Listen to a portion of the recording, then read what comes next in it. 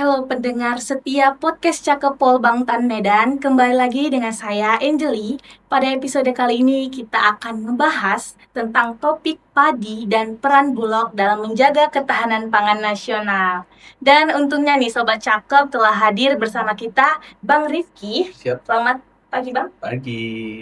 Beliau merupakan ketua dari cabang pusat di Kota Medan. Jadi sebelum kita ngobrol, ngebahas jauh, boleh dong Bang kita perkenalan kepada Sobat Cakep Polbantan Medan yang lagi nonton. Oke, baik. Terima kasih. Assalamualaikum warahmatullahi wabarakatuh. Waalaikumsalam. Selamat pagi, Sobat Cakep semuanya. Izin memperkenalkan diri, nama saya Rafki. Boleh panggil Bang Rafki aja ya. Oke. Bang Mael juga boleh sih, panggil Bang belakang ya. Biar lebih akrab aja.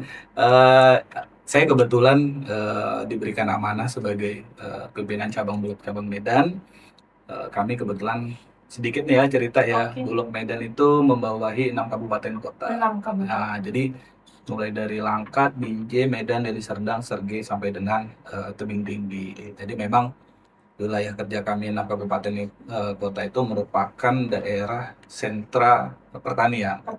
Kalau kita tahu kan seperti Langkat, Deli Serdang, kemudian Sergei itu merupakan daerah sentra produksi padi khususnya Padi, ya. untuk di Sumatera Utara. Jadi di sini kaitannya terhadap kegiatan di Polbangtan, harapan kami bisa memberikan informasi yang seluas-luasnya kepada teman-teman, Informasi menyebar gitu. Betul, baik kepada teman-teman petani maupun teman-teman pelaku usaha lainnya. Bahwasanya Bulog ya beli itu 6.500 sudah di pinggir jalan. Oke, Sobat Cakep, ternyata peran Bulog ini dengan membeli harga net 6.500 ini memberikan keuntungan sebenarnya untuk petani, bahwasanya agar tidak petani tidak dimainkan harganya ya Pak. Betul. Jadi kalau ada tengkulak mereka akan mikir-mikir, dan petani pun mikir pulang ya. Betul. Mending saya jual ke Bulog dengan Betul. harga yang tetap Betul. 6.500, sehingga petani dan keluarganya itu mendapatkan harga yang layak. Betul. Dan lebih transparan ya tentunya Pak. Betul. Kalau dari Bulog ya. Jadi kalau kami sampai dengan sekarang ini transaksinya itu kami tidak menggunakan pembayaran cash. Oh, no. Kami itu cashless, sehingga pembayaran itu langsung ke rekening petani Poktan atau Gapoktan. Kenapa? Kami ingin memastikan kepada teman-teman petani, teman-teman masyarakat umumnya, bahwasanya yang dibayarkan Bulog itu real 6.500. Tidak ada potongan-potongan, baik itu ya kayak tadi misalnya yang diterima petani dan 6.500, 6.300. Nah, kami ingin membuktikan bahwasannya ini loh yang dibayarkan oleh Bulog sesuai dengan nilai kuantumnya. Misalnya dia 10 ton, ya berarti dikali 6.500, 65 juta yang dibayarkan oleh Bulog. Ada realnya ya. Betul, kami berupaya sampai dengan sekarang ini untuk menerapkan GCG, Good Corporate Governance, bahwasanya sudah bukan waktunya ya yang kayak gitu itu istilahnya. Kita ingin meyakinkan kembali masyarakat bahwasanya kami memberikan yang terbaik, kami menjalankan amanah dari pemerintah pusat, bahwasanya 6.500 itu harus diterima oleh Petani langsung. Ya, mungkin tapi ada biaya-biaya ya di dalamnya gitu. Biaya kotornya ya. Betul. Oke Bang Rifki, kita sebelum kita ngobrol jauh, kita boleh games dulu. Boleh. Oke, biar agak rileks karena kita akan panjang lagi membahas ngobrol topik serunya, yaitu gamesnya sebut kata cepat. Jadi Bang Rifki hanya menyebutkan satu kata yang terlintas aja di pikiran Bang Rifki, oke? Mau contoh dulu nggak nih Bang? Boleh. Contoh pertamanya ini aku sebut Polbangtan. Pertanian. Oke, kita mulai ya Bang. Oke. Kata pertama ini mahasiswa. Demokrasi. Oke, yang kedua Polbangtan. Pertanian. Oh iya, udah ya tadi. Yang ketiga swasembada. Pangan. Oke, kita cukupin nih. Oke. Karena udah relax, kita akan nyinggung, karena tadi udah ngebahas tantangan yang peran Bulog lakukan. Kita akan ngebahas tentang strategi sehingga Bulog itu bisa berperan seperti itu, Bang. Oke, jadi kami memang dengan adanya penugasan pemerintah untuk melakukan serapan gabah beras, kami berupaya semaksimal mungkin bagaimana caranya agar cadangan beras pemerintah itu terpenuhi. Karena biar bagaimanapun juga pemerintah itu harus memiliki cadangan yang sewaktu-waktu bisa digunakan untuk kebutuhan intervensi pasar. Contoh misalnya ketika harga beras tinggi, pemerintah itu wajib melakukan intervensi. Contoh kayak beberapa waktu belakangan ini kan harga beras itu relatif tinggi. Itu pemerintah melalui Badan Pangan Nasional juga langsung mengeluarkan salah satu instrumen untuk mengendalikan harga. Ada namanya beras SPHP, beras stabilisasi pasokan harga pangan. Nah, jadi beras SPHP ini tujuannya untuk stabilisasi harga beras. Ketika beras di lapangan relatif tinggi, pemerintah mengeluarkan beras SPHP, tujuannya agar masyarakat itu tidak terbebani dengan harga yang mahal. Ketika masyarakat ingin mendapatkan beras, ketika harga mahal, dengan adanya SPHP ini, mereka ada pilihan. Iya, agak terbantu, betul, terjangkau ya. Sedikit terbantu dan memang SPHP ini sekarang ini satu-satunya beras yang bisa dibilang itu harganya jauh di bawah dari harga pasar. Kami menjual beras SPHP itu di harga 11.300 dengan harga per kilo, dengan harga eceran tertingginya itu kurang lebih sekitar 13.100. Tapi di lapangan itu kami istilahnya tuh menemukan tuh masih jauh di bawah 13.100 dijual beras SPHP-nya. Range rata-rata itu yang dijual itu kurang lebih di kisaran 60.000 per sak atau kurang lebih sekitar 12.000 karena dia kan kemasan 5 kilo. Nah, kembali lagi ke tadi, gimana sih caranya kami supaya tercapai kegiatan swasembada tadi ya, walaupun memang kami masih jauh dari maksimal, tapi kami mencoba untuk menjadi lebih optimal lagi. Kemudian yang jadi tantangan selanjutnya itu ketika panen menggunakan thresher itu biasanya hamba kotorannya lebih tinggi. Lebih banyak. Ya? Lebih banyak. Nah, jadi itu juga sebagai tantangan kita edukasi petani. Tapi biar bagaimanapun juga kami tetap menjalankan amanah pemerintah. Kami tetap beli dengan harga 6.500 pada petani. Nah, kemudian juga beberapa kali saya juga disupport juga oleh Bu Dir dari Polbangtan bahwasanya kami terus mensosialisasikan nih kepada petani bahwasanya petani itu gabahnya itu harus dibeli dengan harga 6.500. Betul, itu sudah ketetapan dari pemerintah. Nah, kemudian banyak sekali bias-bias di lapangan itu yang menyampaikan Bulog belinya nggak 6.500. Bahkan beberapa waktu lalu ada yang diinfokan Bulog itu beli di bawah 6.500, 6.300. Itu isu negatif ya? Sebenarnya bukan isu negatif, mungkin kita lebih ke arah meluruskan. Dalam arti kata, yang dibeli Bulog 6.500 itu tuh seperti apa sih? Nah, memang kami jujur sampai dengan sekarang ini masih terus melakukan sosialisasi. Tujuannya supaya tadi persepsi masyarakat terhadap harga beli 6.500 itu khususnya petani itu seperti apa? Ada kriteria padi? Sebenarnya bukan kriteria padi. Yang di mana sih 6.500 itu posisinya? Karena banyak kadang kita datang ke sawah gitu ya. Saya dengan tim tuh kadang ada satu tempat lah. Pak, nih silahkan dibeli 6.500. Oh ya Pak, di mana padinya? Masih di sawah. Kami kan beli gabah kering panen Pak, bukan istilahnya padi masih di sawah kan gitu ya. Jadi kami selalu mensosialisasikan 6.500 itu adalah gabah yang sudah di pinggir jalan, sudah di dalam goni, tinggal Bulog datang ngambil ke titik-titik posisi lokasi. Kayak misalnya kayak contoh di terdekat dari sini deh, di daerah Payabaku. Itu kan kadang sawahnya tuh ada yang masuk-masuk ke dalam ya. Nah, jadi sebenarnya Bulog itu beli 6.500. Uang yang dikasih pemerintah itu adalah di pinggir jalan, sudah di dalam goni, kemudian tinggal naik ke angkutan, ke truk kami. Sehingga kami disupport penuh. Kami selalu mendapatkan informasi di mana panen, harga berapa. Contoh misalnya ada panen di daerah Langkat misalnya, harga di bawah HPP misalnya harga 5.800 karena beberapa petani belum terinfo nih dengan adanya perubahan HPP tadi ya. Itu diinfokan ke kami langsung turun ke lapangan. Kami turun ke lapangan, kami komunikasi dengan petani, ada penyuluhnya juga di sana. Kami mengkomunikasikan bahwasanya ini loh, pemerintah tuh beli sekarang dengan harga 6.500. Teman-teman petani yang tadinya mendapatkan harga 5.800, akhirnya mereka berkenan menjual ke Bulog. jadi mitra ya, Betul, bermitra. jadi mitra kami harus didaftarkan melalui Poktan, Gapoktan. Kenapa kami melalui Poktan, Gapoktan? Karena panen itu kan sifatnya dia Serentak ya Pak. serentak dan sporadis ya. Tidak maksudnya tidak dalam satu wilayah yang sama. Ya. Sehingga dengan adanya Poktan, Gapoktan tadi harapan kami bisa mengkoordinir petani-petani yang ada di bawah. Jadi dalam satu desa, satu kecamatan, kalau dikelola atau dikoordinir oleh Poktan, Gapoktan itu, kami akan lebih maksimal melakukan serapan. Selain itu efisiensi waktu ya Pak. Betul, Gitu. jadi ketika Poktan, Gapoktan itu kan cakupannya lebih luas ya. Dia mungkin bisa skup kecamatan atau beberapa desa, sehingga ketika nanti ada panen di anggota dia yang lain, dia sudah bisa menginformasikan, ayo sini. Kita akomodir, kita kirim ke Bulog dengan harga 6.500. Dan kami juga ketika nanti teman-teman Poktan Gapoktan itu yang mengantar ke kilang yang kerjasama dengan kami tambahkan ongkos angkut Rp200.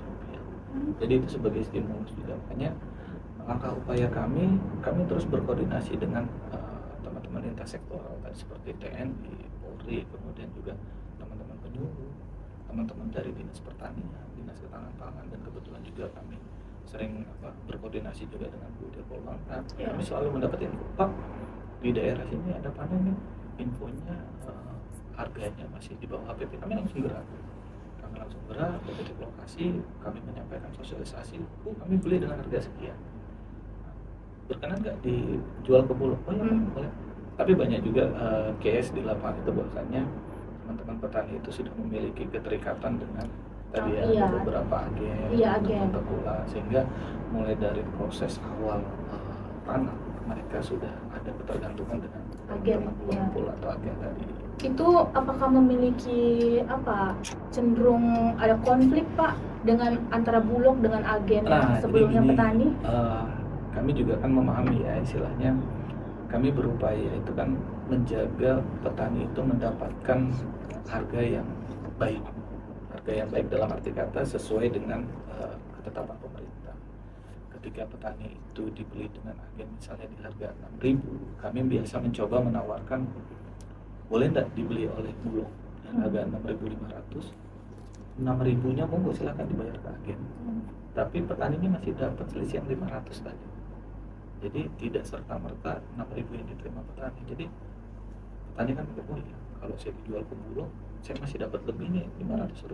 Akhirnya itulah menjadi solusi kami nih, tawaran kami, supaya ya kami juga tidak harapan kami tidak bersinggungan dengan teman-teman agen yang memang jauh sebelum proses panen itu teman-teman itu sudah bermitra ya gitu. Tapi kita mengajak kalau bisa kita berkolaborasi lah, biar gimana caranya petani itu tetap mendapatkan harga yang baik.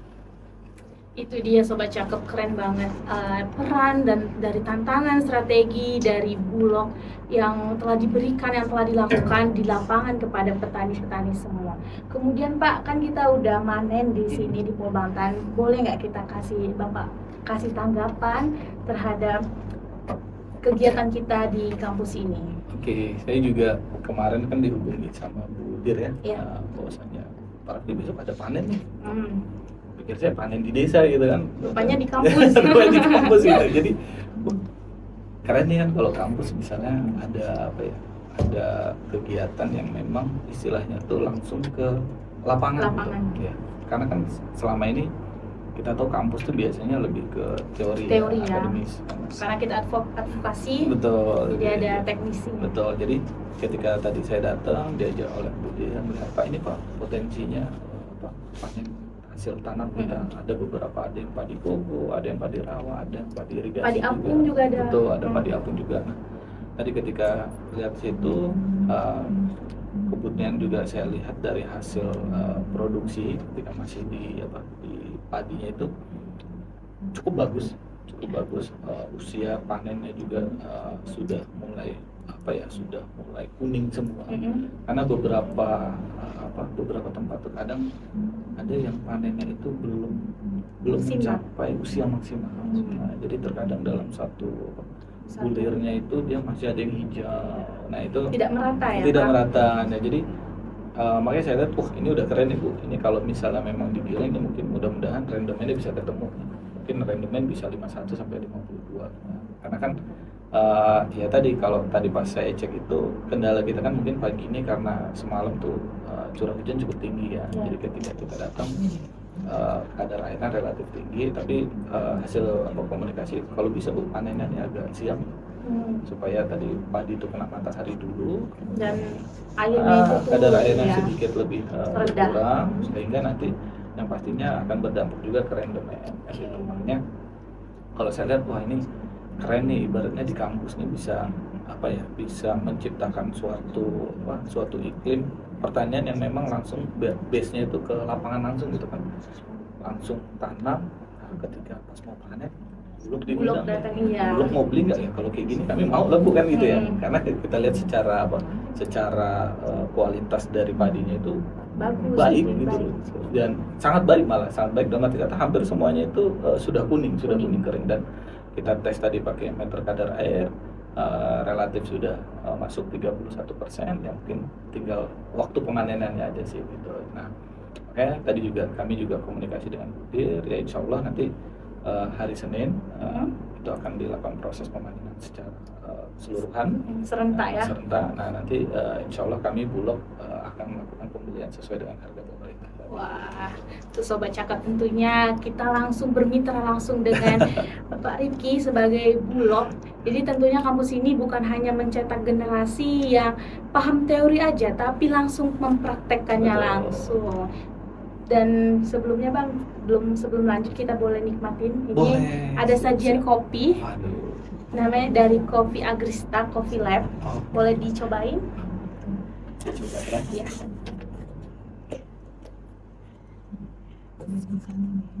Jadi ini dibuat di Teva. Ada Teva di sini Bang. Kalau boleh tahu Teva itu apa ya? Technical Teaching Farm.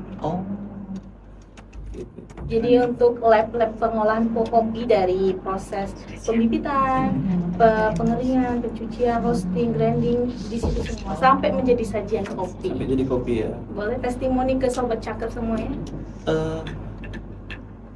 Saya kebetulan bukan Pecinta pecinta kopi tapi penikmat kopi.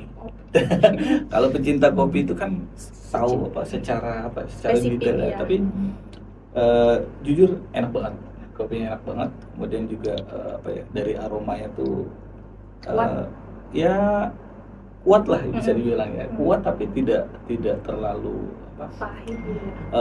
Kan kadang orang ada yang terlalu asam ya, dia karakternya. Ini karakternya kuat tapi cukup baik lah, ramah untuk lambung lah gitu. Ya. Boleh saya beli minum lagi ya? Boleh. Oke. Nikmat ya Bang? Tuh. Sobat Cakep di Polbanan juga menyediakan kopi dari Agrista Coffee Lab. Dijamin langsung melek. Oke. Ini udah mau masuk akhir dari podcast kita. Boleh Abang kasih tanggapan pada Sobat Cakep semuanya terkait persepsi mereka agar mereka lebih paham terkait peran Bulog itu sebenarnya Bang? Oke, jadi ini momen juga ya, momen saya juga mensosialisasikan ke teman-teman semua bahwasanya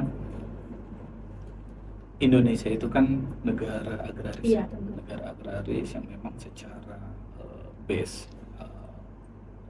hampir sebagian besar warga kita itu mata pencariannya adalah petani. Bulog sampai dengan sekarang ini kami terus mengupayakan bagaimana caranya kami bisa mengoptimalkan serapan. Jadi ini juga momen juga nih buat teman-teman bahwasanya saya juga base-nya sebagai anak pertanian, saya dari agribisnis. Jadi memang untuk kami di Bulog sendiri menjamin pembelian pemerintah terhadap beberapa komoditi. Sekarang itu mulai dari gabah, beras, jagung. Jadi harapan kami juga bahwasanya teman-teman petani muda, petani milenial, bahwasanya jangan berkecil hati. Pemerintah selalu hadir. Ya, di sini melalui Bulog kami terus melakukan kegiatan serapan harga padi, beras, jagung, karena sampai dengan sekarang ini 3 komoditi strategis itu merupakan salah satu komoditi yang menjadi konsen dari pemerintah. Cadangan beras pemerintah, cadangan jagung pemerintah, sehingga harapannya dari pemerintah pusat itu untuk 3 komoditi strategis tadi Indonesia itu tidak harus mengimpor dari luar negeri ya. Betul. Kayak contoh jagung. Jagung itu Sumatera Utara ini potensinya cukup tinggi. Pemerintah itu melalui Bulog harus mengintervensi ketersediaan. Satu sisi kita harus menjaga harga di tingkat petani, tapi di sisi lain kita juga harus menjaga harga di tingkat konsumen. Ketika jagung di tingkat petani tinggi, senang dong kita kan, petani juga istilahnya mendapatkan harga yang baik, nilai tukar petani jadi tinggi. Tapi di sini juga ketika jagung tinggi akan berdampak juga kepada produk yang base-nya itu menggunakan jagung. Contoh misalnya peternakan. Peternakan itu peternak mandiri itu baik peternak ayam potong, peternak telur itu pasti membutuhkan pakan utamanya itu adalah jagung pipil. Nah, makanya kami di sini mendorong teman-teman petani muda, teman-teman petani pada umumnya kiranya bisa menyisihkan dari produksinya itu 100%, 20%-nya bisalah dijual ke Bulog atau ke pemerintah. Tujuannya semata-mata kita ingin menjaga pasokan. Ya pertama pasokan, dan yang pasti itu adalah neraca timbangan harga itu tidak berat sebelah.